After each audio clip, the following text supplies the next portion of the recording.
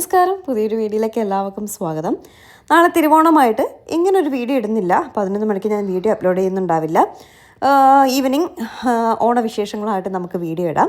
അപ്പോൾ ഇന്ന് ജസ്റ്റ് എടുത്ത വീഡിയോസ് എല്ലാം ഉത്രാട ദിനമായിട്ട് വീട്ടിലെ വിശേഷങ്ങളൊന്നും കാണിക്കാൻ പറ്റി. ഞാൻ എഴുന്നേറ്റ് വന്നപ്പോൾ തന്നെ 9 മണിയായിട്ടോ. അച്ഛനും അമ്മയൊക്കെ 8:30 മണിക്കൊക്കെ ബ്രേക്ക്ഫാസ്റ്റ് കഴിക്കുന്നവരാണ്. മുന്നേ ഞാൻ 9 മണിക്ക് എഴുന്നേറ്റ് വന്നിട്ടാണ് ദോശയൊക്കെ ചുട്ട് ചമ്മന്തിയൊക്കെ അരച്ച് പിന്നെ ചോറ് വെച്ചു, കൂട്ടുകറി വെച്ചു, അങ്ങനെയൊക്കെ. പിന്നെന്താ ക്യാരറ്റ് മെഴുക്കൂട്ടി അങ്ങനെയൊക്കെ വെച്ച് വന്നപ്പോൾ ഒരുപാട് ലേറ്റായി. ഞാൻ കുളിച്ചപ്പോൾ തന്നെ 2 മണിയായി കേട്ടോ. ക്ലീനിങ്ങിനൊക്കെ ഇവിടെ ഒരു ആൻറ്റി വരുന്നുണ്ട്. എങ്കിലും ഞാൻ എന്ത് ചെയ്തു എന്നറിയില്ല. കളിച്ച് വീഡിയോ ഒക്കെ എഡിറ്റ് ചെയ്തൊക്കെ നിന്ന് ഒരുപാട് ലേറ്റായി. ഒരുപാട് ജോലി എന്തൊക്കെയോ ഉണ്ടായിരുന്നു. എന്താണെന്ന് അറിയില്ല. പച്ചക്കറികൾ അരിഞ്ഞു വെച്ചിരുന്നതൊക്കെയാണ് ഞാനിന്ന് കുക്ക് ചെയ്തത്. എന്നിട്ടും ഞാൻ ബിസി ആയിരുന്നു. എന്താണെന്ന് അറിയില്ല. സത്യം പറഞ്ഞാൽ ഇന്നത്തെ വീഡിയോയിൽ ഞാനില്ല കേട്ടോ. ഞാനിന്ന് വീഡിയോ എഡിറ്റ് ചെയ്യാൻ നോക്കിയപ്പോൾ എൻ്റെ മുഖം കാണാനേ ഇല്ല. കാരണം ഞാനത് അത്രയ്ക്ക് ബിസി ആയിരുന്നു. ഞാൻ പറഞ്ഞില്ലേ, കുളിച്ചപ്പോൾ 2 മണിയായി, ഫുൾ ടയേർഡായി. എന്താണെന്നറിയില്ല. ഞാനും വേദയേട്ടന് മാത്രമല്ലേ അവിടെ ഉണ്ടാവുള്ളൂ. നമ്മൾ 3 പേരുള്ളതുപോലെ അല്ല, നമ്മൾ 5 പേരുള്ളപ്പോൾ. അപ്പോൾ കുറച്ചുകൂടെ ആൾക്കാർ കൂടുമ്പോൾ കുക്കിങ്ങിൻ്റെ അളവ് കൂടും, എടുക്കുന്ന പാത്രങ്ങളുടെ അളവ് കൂടും, കഴുകാൻ പാത്രങ്ങൾ കൂടും. അപ്പോൾ രാവിലെയാണ് ഒരു ആൻറ്റി വന്ന് വീടെല്ലാം ക്ലീൻ ചെയ്ത് ഇട്ട് തന്നിട്ട് പോകും. പിന്നെ എന്തെങ്കിലുമൊക്കെ ഉണ്ടെങ്കിൽ കുഞ്ഞ് ഹെൽപ്പൊക്കെ ചെയ്തു തരുമേ. അപ്പോൾ ആൻറ്റി രാവിലെ വരും. ആക്ച്വലി കുക്കിംഗ് എല്ലാം കഴിഞ്ഞ് വരുമ്പോൾ 12-1 മണിയാകുമ്പോൾ ഒരുപാട് പാത്രമൊക്കെ കഴുകാനുണ്ടാവേ. അങ്ങനെയായിരിക്കും. അപ്പോൾ ഇതിനിടയ്ക്ക് രാവിലെയാണെന്ന് ഫിസിയോതെറാപ്പി ഡോക്ടർ വന്നിട്ടുണ്ടായിരുന്നത്. ഞാൻ പറഞ്ഞില്ല, അച്ഛൻ്റെ ഫ്രണ്ടാണ്. പുള്ളിയുടെ നമ്പർ വേണമെങ്കിൽ കൊടുത്തേക്കാം. നല്ലൊരു ഫിസിയോതെറാപ്പി ഡോക്ടർ കേട്ടോ. അപ്പോൾ ഇനി ഓണമായിട്ട് 2 ദിവസം ഉണ്ടാവില്ല. ഒന്ന് വീഡിയോസ് ജസ്റ്റ് എടുത്ത് വെച്ചേക്കുമെന്ന് പറഞ്ഞു. വീഡിയോസാണ് കേട്ടോ ഇത്. അപ്പോൾ അമ്മ വോക്കറില്ലാണ്ട് ജസ്റ്റ് ഒന്ന് നടന്നു, സ്റ്റെപ്പൊക്കെ ഒന്ന് കയറ്റി, അങ്ങനെയൊക്കെ കുറച്ച് എക്സസൈസും കാര്യങ്ങളൊക്കെ ചെയ്തു. ഇപ്പോൾ അമ്മ കുറച്ചുകൂടെ നന്നായിട്ട് ചെയ്യുന്നുണ്ട്. കുറച്ചുകൂടെയൊക്കെ മുട്ടും കാലും ഒക്കെ മടങ്ങുന്നുണ്ട്. എന്തായാലും ഓക്കെ വരുന്നുണ്ട്. അതുപോലെ അമ്മ ഇന്ന് കുളിപ്പിക്കുകയൊക്കെ ചെയ്തു കേട്ടോ. അപ്പോൾ ഒരുപാട് ഞാൻ പറഞ്ഞില്ല, അതൊക്കെയായിരുന്നു പണി. അപ്പോൾ അമ്മയെ പെട്ടെന്ന് നമുക്ക് അങ്ങ് കൊണ്ടുപോയി കുളിപ്പിക്കാൻ പറ്റത്തില്ല. ഈ കാല് സർജറി ചെയ്ത സ്ഥലത്ത് ഒരു ഡ്രോപ്പ് വെള്ളം പോലും വീഴാൻ പാടില്ല. ഇൻഫെക്ഷനോ എന്തെങ്കിലും ആയാൽ പണി കിട്ടും. അതുകൊണ്ട് ഞാൻ പറഞ്ഞില്ല, ക്ലീൻ പേപ്പർ വെച്ച് ഫുൾ റാപ്പ് ചെയ്ത്, 2 മുട്ടും ഫുൾ റാപ്പ് ചെയ്ത് അമ്മയെ പിടിച്ചുകൊണ്ട് പോയി. അപ്പോൾ അമ്മയ്ക്ക് കൈയൊന്നും കഴുകാനൊന്നും പറ്റില്ല, മുതുക് ബാക്ക് സൈഡൊക്കെ. അപ്പോൾ അതെല്ലാം കഴുകി ഇതെല്ലാം തുടച്ച് പറക്കി. കാരണം ഫുൾ നമ്മൾ ഡ്രൈ ആക്കിയിട്ടൊക്കെ നമുക്ക് എടുക്കാൻ പറ്റത്തുള്ളൂ. ഒരു തുള്ളി വെള്ളം വീണാൽ നമ്മൾ ഇത്രയും ചെയ്ത കാര്യങ്ങളെല്ലാം പോകും. അതുകൊണ്ട് അത്രയും ശ്രദ്ധിച്ച് കണ്ടൊക്കെയാണ് ചെയ്തത് കേട്ടോ. ചീമ ഇവിടെ ഉണ്ട്, പക്ഷേ കുഞ്ഞുള്ളത് കൊണ്ട് അവൾക്ക് ചെയ്യുന്നതിനൊരു പരിധിയുണ്ട് കേട്ടോ. അവൾ കുഞ്ഞാണെങ്കിൽ ഉറങ്ങത്തൊന്നുമില്ല. അവളൊരു 5 മിനിറ്റ് ഉറങ്ങും, അപ്പോൾ തന്നെ എഴുന്നേക്കും. വീണ്ടും പാല് കുടിക്കും, കരയും, എഴുന്നേക്കും, 5 മിനിറ്റ് ഉറങ്ങും. അങ്ങനെയാണ് അവളുടെ ഒരു റൊട്ടീൻ എന്ന് പറയുന്നത്. അപ്പോൾ അവളുടെ കൂടെ ഒരാൾ കൂടിയേ തീരത്തുള്ളൂ. അപ്പം അതുകൊണ്ട് ചീമയ്ക്ക് ഇതിനൊന്നുമില്ല. പക്ഷെ കിട്ടുന്ന സമയം അവളൊന്ന് ഫ്രിഡ്ജൊക്കെ ക്ലീൻ ചെയ്ത് തന്നു. അപ്പോൾ എന്തായാലും എൻ്റെ ഒരു കുഞ്ഞ് സ്കിൻ കെയർ കണ്ടിട്ട് ബാക്കി വിശേഷത്തിൽ പോവാവേ. എപ്പോഴും നമ്മൾ നമ്മുടെ സ്കിന്നിൻ്റെ കാര്യത്തിൽ കൂടുതൽ കെയർ കൊടുക്കുക. അതിന് ഫസ്റ്റ് നമ്മളൊരു ഡോക്ടറെ കൺസൾട്ട് ചെയ്യുക. അതിനുശേഷം മാത്രം പ്രോഡക്ട്സ് യൂസ് ചെയ്ത് തുടങ്ങുക. ഇപ്പം നമ്മൾ പുറത്തൊരു ഡെർമറ്റോളജിസ്റ്റിനെ കാണാൻ പോയെന്ന് വയ്ക്കുക, നമ്മുടെ കയ്യിൽ നിന്ന് ഒരുപാട് കാശ് പോകും ഇല്ലേ? പക്ഷേ ഇവിടെ ക്യൂർ സ്കിന്നിൻ്റെ ഡെർമറ്റോളജിസ്റ്റ് അല്ലെങ്കിൽ സ്കിൻ എക്സ്പേർട്സ് നമ്മുടെ ട്രീറ്റ്മെൻറ്റ് കഴിയും വരെ ഫ്രീ ആയിട്ടായിരിക്കും ചെയ്തു തരുന്നത് കേട്ടോ. കാശൊന്നും വാങ്ങില്ല. ഈ ക്യൂർ സ്കിൻ പ്രോഡക്ട്സ് യൂസ് ചെയ്ത ശേഷം എൻ്റെ ഫേസിൽ വന്ന മാറ്റം ഞാൻ നോട്ടീസ് ചെയ്ത പോലെ തന്നെ നിങ്ങളൊക്കെ നോട്ടീസ് ചെയ്തിട്ടുണ്ടാവില്ലേ? So Qure skin products are really value for money. പിന്നെ അതുപോലെ നമ്മൾ പ്രോഡക്ട്സ് പർച്ചേസ് ചെയ്ത ശേഷം നമ്മുടെ സ്കിൻ എക്സ്പേർട്സ് അഡീഷണൽ ടിപ്സൊക്കെ നമുക്ക് പറഞ്ഞു തരും കേട്ടോ.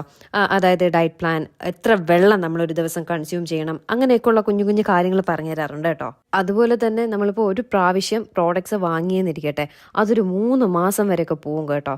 അതുകൊണ്ട് അതൊരു വർത്ത് പർച്ചേസിങ്ങും ആണേ. എന്തായാലും ഞാൻ ക്യൂർ സ്കിൻ ആപ്പിൻ്റെ ലിങ്ക് താഴെ ഡിസ്ക്രിപ്ഷനിൽ മെൻഷൻ ചെയ്തേക്കാം കേട്ടോ. നിങ്ങൾക്ക് അവിടെ നിന്ന് അത് ഡൗൺലോഡ് ചെയ്തെടുക്കാമേ.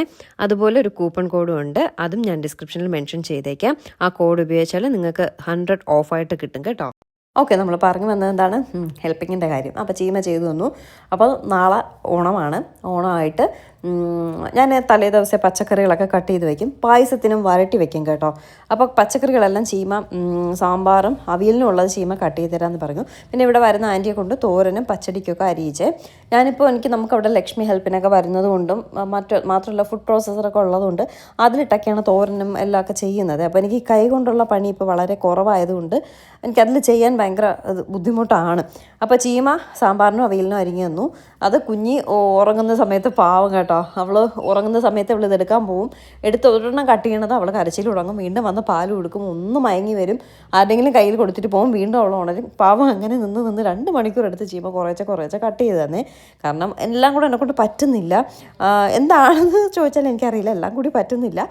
ഇതിനിടയ്ക്ക് ബർത്ത്ഡേയുടെ 100 ഓർഡേഴ്സ് ഓണമായിട്ട് നമുക്ക് ഒരുപാട് ഓർഡേഴ്സും കാര്യങ്ങളൊക്കെ വരുന്നുണ്ട്. അപ്പം ഞങ്ങളുടെ ഓണമായിട്ട് ഓർഡേഴ്സൊക്കെ കുറയുമെന്നാണ് എഴുതിയത്. പക്ഷേ 100 ഓർഡർ അല്ല എങ്കിലും കുറച്ചൊക്കെ വരുന്നുണ്ട് കേട്ടോ.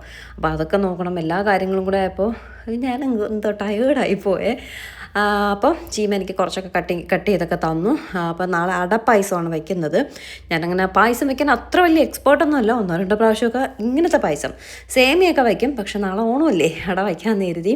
അപ്പം അമ്മയ്ക്കാണെങ്കിൽ ഭയങ്കര വിഷമം ഞാൻ ചീമയെ കൂടെ ഇങ്ങനെയൊക്കെ ചെയ്യുന്നുണ്ട്. അപ്പോൾ ചീമയും വലിയ കുക്കിംഗ് എക്സ്പേർട്ടൊന്നും അല്ല കേട്ടോ, എങ്കിലും അവൾ എനിക്ക് ഹെൽപ്പ് ചെയ്തൊക്കെ തരുന്നുണ്ട്. ഞാൻ പറഞ്ഞില്ലേ ഉച്ചയ്ക്ക് 2 മണി വരെ ഞാൻ കിച്ചണിൽ ഭയങ്കര ബിസി ആയിരുന്നു. അത് കഴിഞ്ഞാണ് ചീമ കയറിയത്. അപ്പോൾ ഞാൻ ചീമയെ കളിയാക്കാണ്, 1 മണിക്കൂറായി സാമ്പാറിന് അരിയാൻ വേണ്ടി നിൽക്കണം എന്നൊക്കെ പറഞ്ഞ് കളിയാക്കാണ്. ഇതിനിടയ്ക്ക് പാവം 100 വട്ടം കൊച്ചിൻ്റെ കാര്യത്തിന് പോകും കേട്ടോ. അവൾ ചിലപ്പോൾ നാളെ ഓണമായിട്ട് അവളങ്ങ് സച്ചിൻ്റെ അവിടെ പോവും. അപ്പോൾ അതിന് മുന്നേ പാവം എനിക്ക് വേണ്ടി ഒന്ന് ഹെൽപ്പ് ചെയ്ത് തന്നിട്ടൊക്കെ പോവുകയാണ്. എനിക്ക് പിന്നെ ഏട്ടന് വലിയ പരാതിയോ വിഷമോ പിണക്കോ ഒന്നുമില്ല. നമ്മളിപ്പോൾ അത് എന്നെ സംബന്ധിച്ചിടത്തോളം ഏറ്റവും വലിയൊരു ഇതായിട്ടാണ് ഞാൻ കണക്കാക്കുന്നത്. ഇപ്പോൾ ഏട്ടൻ വലുതായിട്ട് എൻ്റെ വീട്ടിൽ വരക്കോ അങ്ങനെ കൂട്ടോ വന്ന് സ്റ്റേ ചെയ്യക്കോ അങ്ങനെയൊന്നുമില്ല. അത് ഏട്ടൻ എപ്പോഴെങ്കിലും തോന്നണമെങ്കിൽ മാത്രമേ ചെയ്യത്തുള്ളൂ. പിന്നെ വീട്ടിൽ എന്ത് കാര്യം വന്നാലും ആൾ ഭയങ്കര ആക്റ്റീവായിട്ട് നിൽക്കും. ഇപ്പം ഞാൻ എൻ്റെ വീട്ടിൽ പോകണു, ഇപ്രാവശ്യത്തെ ഓണം ഞാൻ ഇവിടെയാണെന്ന് പറഞ്ഞാലും ഏട്ടൻ അതിൽ യാതൊരുവിധ പരാതിയില്ല കേട്ടോ. നീ എവിടെ പോയിക്കോ, എനിക്കതിൽ വിഷയമേ അല്ല. ഞാനും ഏട്ടൻ ഇപ്പോൾ ഏട്ടൻ വേറെ എവിടെയെങ്കിലും പോകണു എന്നൊക്കെ പറഞ്ഞാലും എനിക്കും അതിലൊരു വിഷയമല്ല. വിഷയം ഉണ്ടോയെന്ന് ചോദിച്ചാൽ ഇപ്പോൾ ഫ്രണ്ട്സുമായിട്ടൊക്കെ അങ്ങനെ അധികം കറങ്ങാൻ പോയി വേറെയുള്ള രീതിയിലുള്ള കറക്കമൊക്കെ ആണെങ്കിൽ ഞാനതിൽ വിഷയം ആക്കും. പക്ഷേ ഏട്ടൻ അങ്ങനെ പോക്കില്ല. ഫ്രണ്ട്സുമായിട്ട് ഏട്ടൻ ഞങ്ങൾ ഫാമിലി അത് തന്നെയാണ്. എനിക്കും ഫ്രണ്ട്സ് എന്ന് പറഞ്ഞില്ല, ഫ്രണ്ട്സ് സർക്കിൾ എന്ന് പറയാനൊന്നുമില്ല. എൻ്റെ ഫാമിലി അത് തന്നെയാണ്, എൻ്റെ ഫ്രണ്ട്സും റിലേറ്റീവ്സും എല്ലാം അതുപോലെ തന്നെയാണ് ഏട്ടനും. അതുകൊണ്ട് നമുക്ക് അങ്ങോട്ടും ഇങ്ങോട്ടും ഒരു അണ്ടർസ്റ്റാൻഡിങ്ങിൽ നമ്മൾ പോകുന്നുണ്ട്. അതുകൊണ്ട് അതിലൊരു വിഷയമേ ഇല്ല. അതുകൊണ്ട് ഇപ്രാവശ്യം അമ്മയുടെ സാഹചര്യം കൂടെ മനസ്സിലാക്കിയിട്ട് ഞാൻ ഇപ്രാവശ്യം ഇവിടെയാണ്. അല്ലെങ്കിൽ ശരിക്കും പറഞ്ഞാൽ നമ്മൾ വീട്ടിലുണ്ടാവില്ല, എവിടെയെങ്കിലും ടൂർ പോകും. ഞങ്ങളിപ്പോൾ തിരുപ്പതിയിൽ നിൽക്കേണ്ട ഞങ്ങളാണ്. പക്ഷേ അമ്മയുടെ ഒരു സാഹചര്യം മനസ്സിലാക്കി വേറെ ആരും വീട്ടിൽ ഹെൽപ്പിനില്ലല്ലോ, അതുകൊണ്ട് നമ്മളിവിടെ നിൽക്കുകയാണ്. അപ്പോൾ നാളെ അടപ്പായസം വയ്ക്കുകയാണ്, അതിന് വേണ്ടി വരട്ടിക്കൊണ്ടിരിക്കുകയാണ്. ഉച്ചയ്ക്ക് ജോലിയെല്ലാം കഴിഞ്ഞു. അത് കഴിഞ്ഞ് കുഞ്ഞ് ഞാൻ പറഞ്ഞില്ലേ ഉറങ്ങുന്നില്ല. കുഞ്ഞ് കുറച്ച് നേരം എൻ്റെ കയ്യിലിരുത്തിയിരുന്ന സമയത്താണ് ചീമ കുറച്ച് വെജിറ്റബിൾസ് എല്ലാം കട്ട് ചെയ്ത് തന്നു. അത് കഴിഞ്ഞിട്ട് അട ഞാൻ വരട്ടാനായിട്ട് ഇറങ്ങി. അമ്മ കാലിനെയൊക്കെ എടുത്ത് പൊക്കി മുകളിലൊക്കെ വെച്ചുകൊണ്ടിരിക്കുക കേട്ടോ. അത് കഴിഞ്ഞ് അത്തപ്പൂ ഇടാനുള്ള പൂവെല്ലാം വാങ്ങിച്ചിട്ട് വന്നു. ഏട്ടൻ രാവിലെ വന്നായിരുന്നു, രാവിലെ വന്നിട്ടൊക്കെയാണ് പോയത്. നാളെയും ഉച്ചയ്ക്ക് ഊണിനാവില്ല, ഉണ്ടാവില്ല. ഏട്ടൻ്റെ വീട്ടിലേക്ക് പോവും. അപ്പോൾ ഞാൻ പറഞ്ഞില്ലേ, അപ്പോൾ എനിക്കിപ്പോൾ എൻ്റെ കൂടെ ഏട്ടൻ ഊണിന് ഇരുന്നില്ല എന്ന് പറഞ്ഞ് എനിക്കും വിഷമമില്ല, ഏട്ടനോടൊപ്പം ഞാൻ ഇരുന്നില്ല എന്ന് പറഞ്ഞ് ഞങ്ങൾക്കും വിഷമമില്ല. ഇനി എത്രയോ ഓണം കൂടാൻ കിടക്കുന്നു. എല്ലാ പ്രാവശ്യവും നമ്മൾ ഒരുമിച്ചാണല്ലോ. അപ്പോൾ സാഹചര്യം മനസ്സിലാക്കി ഏട്ടൻ അതിൽ ഒരു വിഷയമേ അല്ല. നീ എവിടെ ഓണം കഴിച്ചാലും എന്നോടൊപ്പം തന്നെ വേണം, അങ്ങനെയൊന്നുമില്ല. ഉണ്ടെങ്കിലുണ്ട്, ഇല്ലെങ്കിൽ ഇല്ല. എല്ലാ വർഷവും നമ്മൾ ഒരുമിച്ചാണല്ലോ. ഇതിപ്പോൾ എൻ്റെ അമ്മ ഇങ്ങനെ വയ്യാതെ കിടക്കുമ്പോൾ എനിക്കിപ്പോൾ ഏട്ടനോടൊപ്പം പോയി നമ്മുടെ തിരുമല വീട്ടിൽ ചെന്ന് ഓണം ആഘോഷിച്ച് നിൽക്കാൻ അങ്ങനെ പറ്റത്തില്ല. എൻ്റെ അമ്മയുടെ സാഹചര്യം മനസ്സിലാക്കി എന്തോ കുറേ നാളിന് ശേഷമാണ് ഞാനിവിടെ ഓണം കൂടുന്നത്. പിന്നെ കഴിഞ്ഞതിന് രാവിലെ വന്ന് ഞാൻ ഓണസദ്യയൊക്കെ കഴിച്ചിട്ട് പോയി, എന്നിട്ട് നേരെ തിരുപ്പതിയിൽ പോയി. അല്ലെങ്കിൽ നമ്മളിവിടെ ഉണ്ടാവില്ല, എവിടെയെങ്കിലുമൊക്കെ പോവും. ഓണം കൂടാനേ കാണത്തില്ല. അപ്പോഴേക്കും പരാതിയില്ല, അവിടെ പോയി ഇവിടെ പോയി, എൻ്റെ വീട്ടിൽ നിന്നു നിൻ്റെ വീട്ടിൽ നിന്നു പരാതിയേ ഇല്ല. എവിടെയെങ്കിലുമൊക്കെ പോയാലേ നമ്മളിവിടെ ഇല്ലല്ലോ. അതുകൊണ്ട് ഇപ്രാവശ്യം എങ്ങനെയൊക്കെ കറങ്ങി തിരിഞ്ഞ് നമ്മളെ വീട്ടിൽ നിൽക്കുകയാണ്. അഥവാ ഓണം ഉണ്ടെങ്കിൽ എൻ്റെ വീട്ടിൽ അച്ഛനും അമ്മയും കൂടി വരും, അവിടെ ആയിരിക്കും ഓണം കൂടുന്നത്. അതിന് മുന്നൊക്കെ നമ്മൾ യാത്ര പോകുന്നില്ല എങ്കിൽ അങ്ങനെയൊക്കെ ആയിരിക്കും ചെയ്യുന്നത്. അപ്പോൾ അത്തപ്പൂ ഇടാൻ പൂവെല്ലാം വാങ്ങിച്ചു വെച്ചിട്ടുണ്ട്. ചിലപ്പോൾ ഒന്ന് ചീമ വൈകുന്നേരം പോവും, അല്ല എങ്കിൽ രാവിലെ ആയിരിക്കും ചീമ പോകുന്നത്. അറിയത്തില്ല, ഉണ്ടെങ്കിൽ ചീമ അത്തപ്പൂവെല്ലാം ആയിട്ട് തരും. അപ്പോൾ അന്ന് ഉത്രാടമായിട്ട് വിളക്കെല്ലാം കത്തിക്കുകയാണ്.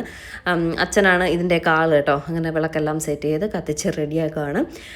ഭയങ്കര സന്തോഷമല്ലേ ഓണം എന്നൊക്കെ പറയുമ്പോൾ. നമ്മൾ എത്ര ഇല്ലയെന്ന് പറഞ്ഞാലും സത്യം ഓണം അമ്മ സർജറിയൊക്കെ കഴിഞ്ഞ് നടക്കുന്നുണ്ട്. അമ്മ പറഞ്ഞ് എന്തോന്ന് ഓണം ഒന്നും വേണ്ട, നമുക്ക് 2-3 ഊണെടുക്കാം, ഇത്രേ പറഞ്ഞോളൂ. എങ്കിലും അതിങ്ങനെ അടുത്തെത്തുമ്പോൾ നമുക്കത് ഭയങ്കരമായിട്ട് എൻജോയ് ചെയ്യാനായിട്ട് തോന്നും. ഇപ്പം നമ്മൾ ഈ പറഞ്ഞ പോലെ ഞങ്ങളിപ്പോൾ എല്ലാ വർഷവും തിരുപ്പതിയിലാണ് തിരുവോണത്തിൻ്റെ അന്ന് ഉണ്ടാവുക. അവിടെ ചെല്ലുമ്പോൾ ആ ഒരു വൈബില്ലാത്തതുകൊണ്ട് ഓണം എന്നുള്ളൊരു ഫീലില്ല. എല്ലാവരും സ്റ്റാറ്റസ് ഇടുന്നു, നമ്മൾ സ്റ്റാറ്റസ് ഇടുന്നു, അത്ര മാത്രമേ ഉള്ളൂ. പക്ഷെ നമ്മുടെ നാട്ടിൽ നമ്മളുള്ളപ്പോൾ ഓണം എന്ന് പറയുന്നത് ഒരു പ്രത്യേക സംഭവം തന്നെയാണ്. അപ്പോൾ എന്തായാലും നാളത്തേക്ക് വേണ്ടിയിട്ടുള്ള ഓൾമോസ്റ്റ് എല്ലാ ഒരുക്കങ്ങളും കഴിഞ്ഞിട്ടുണ്ട്. രാത്രി അത്തപ്പൂ ഇടും. ചീമയൊക്കെ കൊച്ചുമൊക്കെ ഉള്ളതുകൊണ്ട് ചീമയൊക്കെ പോവുകയാണെങ്കിൽ രാത്രി തന്നെ അത്തപ്പൂ ഇടും.